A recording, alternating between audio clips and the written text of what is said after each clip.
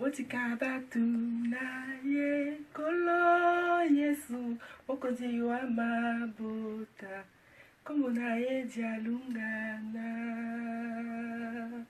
solo emunani esengwe fungwa mikolo Yesu mokonzi wa mabuta yende dialungana bokoyeba ye ne fandeli na ye bokoyeba ye na bonzambe na ye mobikisi nkolo dialunga na. Bonsoir, bonsoir. Une fois de plus, on se retrouve ce soir pour notre lecture du livre vert. Dernièrement, on avait commencé, c'était à la page 280 et quelques, si je ne me trompe pas. Je vais retrouver la page.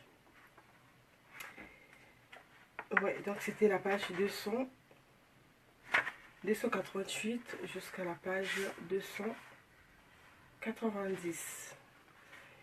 Et pour ce soir, je pense que je vais commencer par l'introduction de ce livre, car l'histoire, elle est tellement profonde. Si j'embrouille les pages, on risque de ne pas se retrouver. Donc voilà pourquoi je vais commencer aujourd'hui à l'introduction.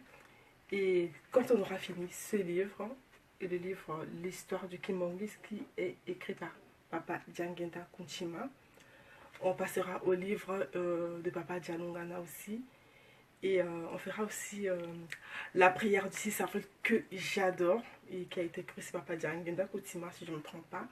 On aura le temps de lire ça parce que c'est tellement important de connaître cette prière. Et après, on aura bien d'autres livres parce qu'il y a plusieurs personnes qui ont écrit sur le kimbanguisme. Et donc, sans plus tarder, on va commencer par l'introduction du livre du même auteur. On a écrit aussi du même auteur, Le racisme, édition Kimbangis, Eki, Kinshasa, 1971. Et donc voilà. Du même auteur du Papa Diangenda. Donc, si Dieu nous prête vie, nous accorde sa grâce, on lira peut-être aussi ce livre. Et donc, c'est écrit par Papa Diangenda Kunchima, l'histoire du kimbanguisme. Édition Kimbangis France. Donc voilà, et cette publication a été réalisée avec la collaboration des éditions du SOC Lausanne, Suisse, en 1984. Donc, édition qui ils ont tout écrit, entraide kimbanguiste, association loin, tout ça. Bon, bref, vous pouvez tout lire dans le livre vert. Alors, on va commencer notre introduction. Introduction. Le 6 avril 1921, dans le 6 avril 1921, dans le petit village de Nkamba, dans l'ouest du Zaïre, un chrétien africain, Simon Kimbangu, déclenche sans le vouloir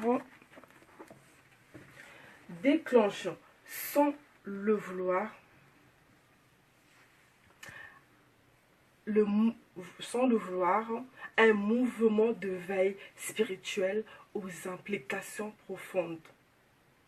Les persécutions sont si profondes qu'elles ébranlent jusqu'au profondément de l'édifice colonial belge.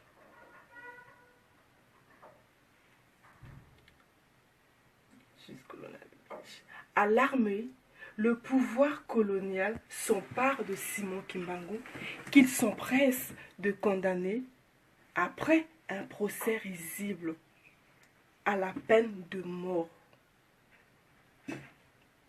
C'était le 3 octobre 1921. Cela en dépit du fait que l'action de renouveau spirituel commencée par Simon Kimbangu s'est déroulée dans le cadre des églises officielles. Ce mouvement prend dès lors le nom de kimbongisme. Il est persécuté atrocement de 1921 à décembre 1959. Et les persécutions ont fait 150 000 martyrs dans des camps de concentration qui ne le cèdent en horreur qu'à ceux mis sur pied par le pouvoir nazi.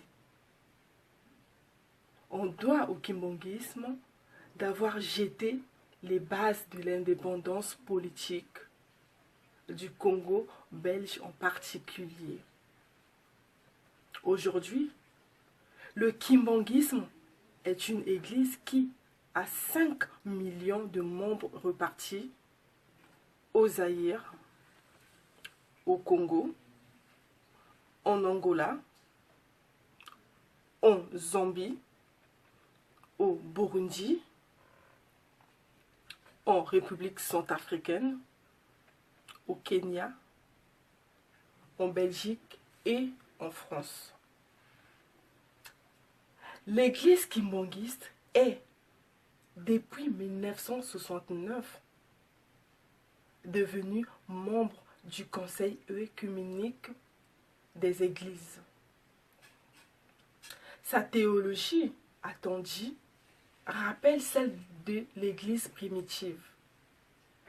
Ce sont tous les événements relatifs à cette église que raconte la présente histoire du kimbongiste. C'est là. C'est ça. De son vivant, Simon Kimbangu avait compris que les événements qui venaient de les placer au centre de l'actualité devaient être racontés par des kimbongistes. Donc, je ne sais pas si je fais des commentaires là-dessus. Parce que Simon Kimbangu lui-même, il a bien dit, selon le livre, bien sûr, de son vivant, Simon Kimbangu avait compris que les événements qui venaient de le placer au centre de l'actualité devraient être racontés par des kimbongistes. Si l'on voulait en maintenir l'intégrité.